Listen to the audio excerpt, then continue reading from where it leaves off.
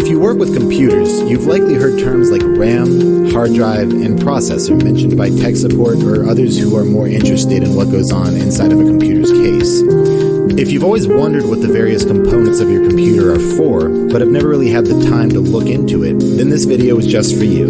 While each one of these components is complex enough to spend a lifetime learning about, I'm going to give a very broad and general overview. A typical desktop computer comes down to these 7 essential parts: case, power supply, motherboard, CPU, RAM, hard drive,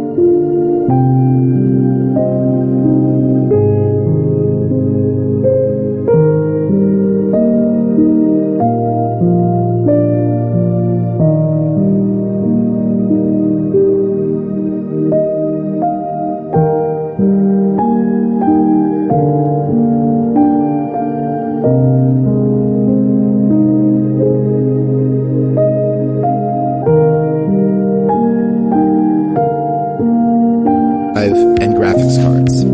These are the fundamental parts of any desktop computer. It may seem daunting at first, so let's separate these into 2 categories: simple ones and the more complex ones. For starters, let's look at the case. The case is nothing more than a big hunk of plastic that houses everything else. Some of them have more or less physical space, some of them have different parts where you can put screws in or this or that, but at the end of the day, all the case really does is provide a nice enclosed system for everything else. Next up, we have the power supply. This part of your computer, almost always located on the bottom, is the part that plugs into the wall and provides all of the other parts with the electricity needed to do their thing. You can think of it as an extremely advanced AC adapter.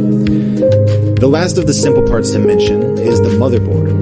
The motherboard is a wide and flat circuit board that all of the other components plug into. It's the part that lets all of these components send electrical currents composing data between each other. While not particularly expensive, the motherboard is arguably the most important component because without it, you'd have nowhere to put anything else. So that's it for the simple components. Now let's move on to the more complex parts, the ones that deal with data.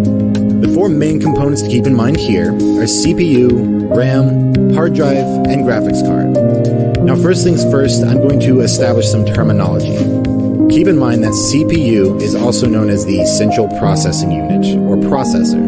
These terms all refer to the same thing. They're completely interchangeable. RAM stands for Random Access Memory and is often referred to as just memory. A hard drive is often referred to as a disk drive or storage. And a graphics card is also known as a GPU, or Graphics Processing Unit. For this explanation, I'll be using the terms CPU, RAM, hard drive, and graphics card. So let's start with the CPU. The CPU is where your computer does things. It isn't really capable of storing very much data at all, but it's very good at doing things with data. Quickly reading it, arranging it, doing the type of quick and massive calculations needed to run your programs. This is where most of your programs are essentially run from. It's often referred to as the brain of the computer. I personally don't like this description because really your entire computer is just a brain.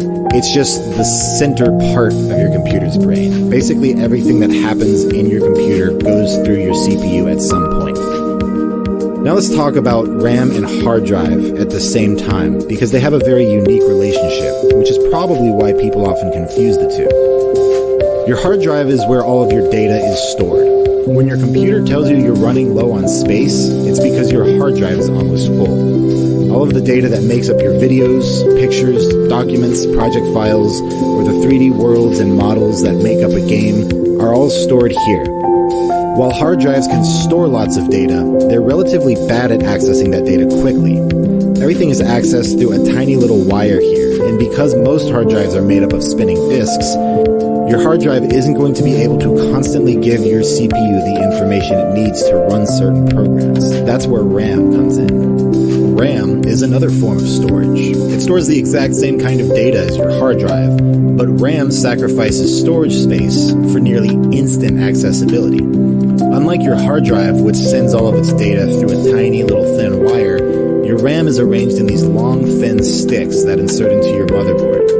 Think about a storage unit. If you have a massive warehouse with only a thin doorway, it's going to be difficult to get in, find what you need, and get out if it's kind of spread all over the place. You'll have to go through a tiny door. But if you have a long, wide storage shed that's got a big, massive garage composing an entire side of it, you won't be able to store as much, but things are significantly easier to get to. Typically, if your computer has 1,000 gigabytes of storage space in your hard drive, it's likely got about 16 gigabytes worth of RAM. Here's where you put the stuff you own but you aren't currently using, and this smaller one is where you put the stuff that you are using and need to be able to get in and out of quickly. When you run a program or a project file, your CPU identifies what parts of data are needed for that program to run. It pulls them from your hard drive, and then it stores them in your RAM sticks for quick accessibility. This is why when you start a new level of a game, for instance, it has to load.